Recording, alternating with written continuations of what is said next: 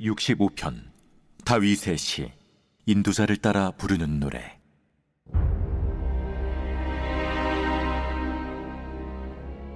하나님이여, 찬송이 시온에서 주를 기다려오며 사람이 소원을 주께 희양하리이다.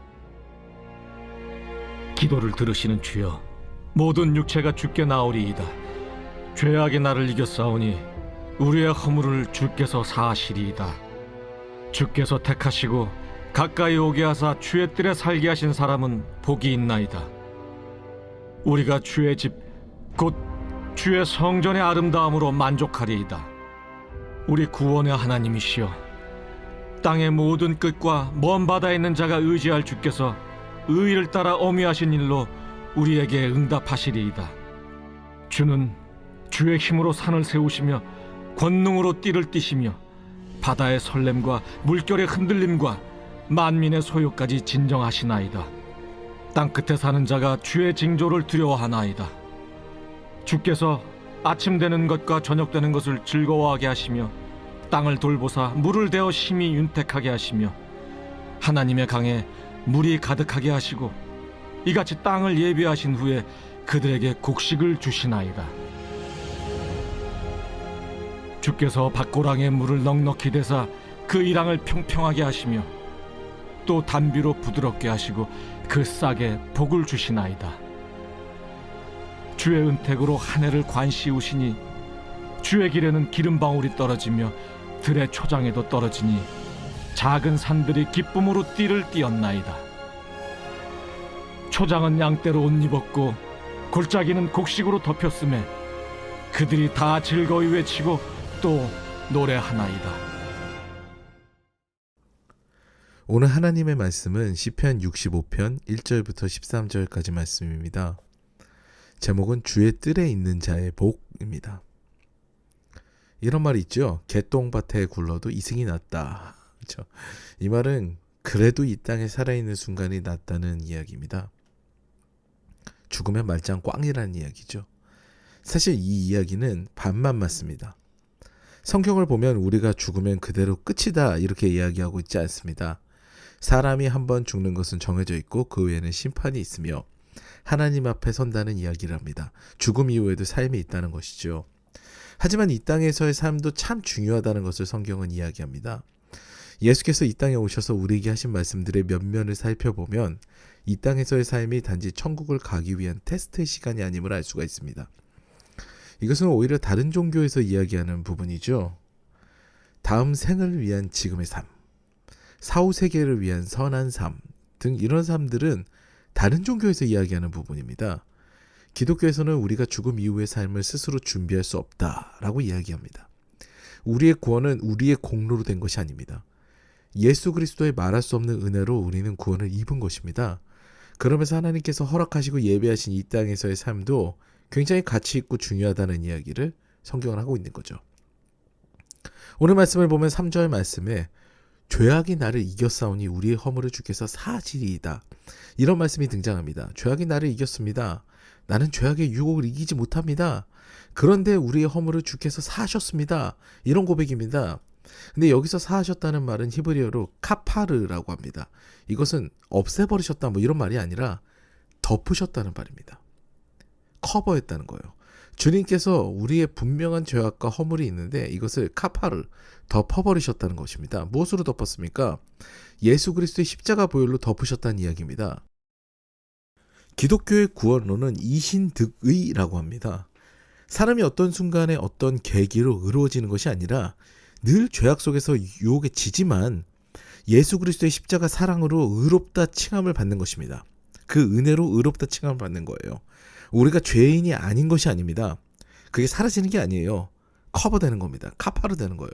우리는 스스로 우리 죽음의 이후의 삶을 결정할 수 있는 권한이 없어요. 오직 십자가 은혜로만 가능한 겁니다.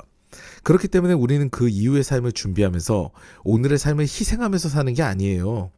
지금의 삶은 지금의 삶대로 행복해야 되고요. 그리고 그 이후의 삶은 주님의 공로로 예수 그리스도의 십자가 공로로 천국에 가서 행복하게 되는 것이 우리의 구원론이고 우리의 신앙입니다. 예수께서는 말씀하십니다. 신앙생활하는 것, 우리가 예수를 믿어 새 사람이 되는 것은 우리가 이 땅에서도 행복할 수 있는 비결이라고 말씀하십니다. 예전에 제가 아는 어떤 자매가 이런 이야기를 했습니다. 도대체 저 언니는 왜 날마다 행복한지 너무 궁금해요. 그래서 저 언니한테 왜 그렇게 날마다 행복하냐고 물어봤어요. 그랬더니 주님을 만나고 날마다 행복하다 그래요. 그래서 저도 주님을 만나려고 애썼는데 오늘 새벽 예배 때 주님을 만났어요. 지금 마음이 날아갈 것 같아요. 이 전화를 받고 저는 기분이 날아갈 것 같았습니다. 이 자매가 주님을 인격적으로 만난 것이 제게는 너무 행복한 일이었거든요. 사랑하는 여러분, 이 땅에서 복을 누리는 것은 우리가 죄인이었을 시기보다 이전에 하나님께서 주신 삶입니다. 원죄 전에 원복이 있었어요. 오리지널 쓰인 전에 오리지널 블레싱이 있었단 얘기예요. 오늘 말씀에도 주님은 말씀하십니다. 하나님께서 택하신 자에게는 복이 있다고 하시죠. 그런데 그 사람은 특별한 사람이 아닙니다.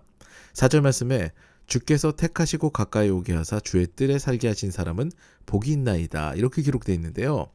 주의 뜰은 말 그대로 제사장이 있는 곳이 아니에요. 평신도들도 자유롭게 드나들 수 있는 곳이죠. 누구나 주님의 성전을 갈망하고 그곳에 있는 자들이 복이 있다라고 말씀하시는 거죠. 어떤 복이 있을까요? 5절부터 8절까지 말씀을 보면 천지를 만드신 전능하신 하나님이십니다. 그분이 우리를 돌보신다는 거예요. 어떻게 돌보시죠? 9절 말씀부터 마지막 절까지 말씀을 쭉 읽겠습니다. 땅을 돌보사 물을 대어 심히 윤택하게 하시며 하나님의 강에 물이 가득하게 하시고 이같이 땅을 예비하신 후에 그들에게 곡식을 주시나이다. 주께서 밭고랑에 물을 넉넉히 대사 그 이랑을 평평하게 하시며 또 담비로 부드럽게 하시고 그 싹에 복을 주시나이다. 주의 은택으로 한 해를 관시우시니 주의 길에는 기름방울이 떨어지며 들의 초장에도 떨어지니 작은 산들이 기쁨으로 띠를 띄었나이다. 초장은 양떼로 옷 입었고 골짜기는 곡식으로 덮였으며 그들이 다 즐거이 외치고 또 노래하나이다. 주님께서는 완벽하게 준비하시면서 그가 선택한 백성, 그의 뜰에 살게 하신 백성을 돌보십니다. 땅과 곡식과 아름다운 자연과 양떼를 예비하시고 돌보십니다. 이 땅에서의 삶에 풍성함을 주신다는 것이죠. 오늘도 주님의 성전을 갈망하며 예배를 사모하며 주님 앞에 나온 모든 성도님들 개인과 가정과 자녀와 사업과 직장과 학업과 범사에 모든 예배하신 하나님의 복이 넘치게 임하시기를 주님의 이름으로 축원합니다. 사랑하는 여러분, 우리가 우리의 공로가 아닌 예수님을 믿고 구원을 받아 천국에 가는 것도 물론 우리에겐 복입니다. 그런데 그 복만이 있는 것은 아니에요. 예수를 잘 믿고 신앙생활 잘하게 되면 이 땅에서도 하나님의 돌보심을 경험하면서 행복한 삶을 살게 되는 것입니다. 이른바 이 땅에서 행복하게 살다가 주님 부르실 때 주님 앞에 행복하게 나아가 영원한 잔치에 참여하게 되는 것이 참된 그리스도인의 삶이죠. 오늘도 그 천국 소망과 이 땅에서의 행복한 삶을 기대하시면서 주님 앞에 나아가 예배를 갈망하며 주님과의 동행을 바라는 저와 여러분 되시기를 주님의 이름으로 축원합니다. 이제 다 같이 기도하시겠는데요. 오늘 말씀과 같이 주님의 십자가 구원과 우리의 죄악을 보혈로 덮으심에 먼저 감사기도 드리시고요. 이어서 이 코로나 팬데믹 시대에도 주님의 예배를 사모하고 주님 앞에 나아가서 주님의 뜰 안에 거하기를 즐겨하는 자들에게 풍성함, 정말 그 풍성함으로 채우시는 주님을 더욱 신뢰하면서 살아가도록 기도하기를 원합니다. 아울러 마지막으로는 각자 개인의 기도 제목을 두고 오늘도 잠잠하게 주님 앞에 나아가서 기도하는 시간을 갖겠습니다.